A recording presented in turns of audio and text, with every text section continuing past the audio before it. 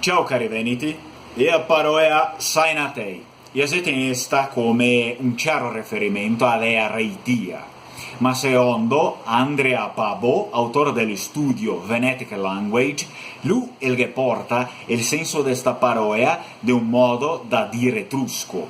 Se proprio è a parola aisna o anca eisna, che vuol dire sacra o pien de luce.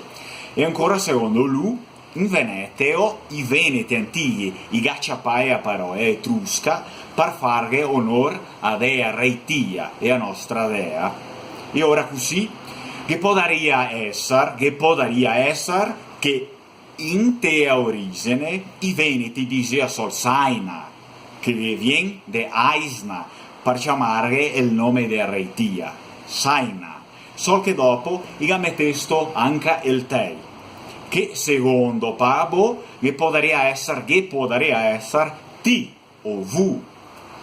Visto che è comune in tutte le regioni, dir per esempio o vu signor onnipotente in tutte le regioni. Donca, sainatei, che saria vu e a pien de luce, o vu e a piena de luce reitia, è la nostra dea veneta. Però, anche che se una roba che si chiama de paeataizazione, che è una roba linguistica, e ora i podaria dir, i veneti antichi, podaria dir no sainatei, come il modo da dir romano, ma sì un modo venetico, che se saienateye, sì, saienateye, che poderia dire così.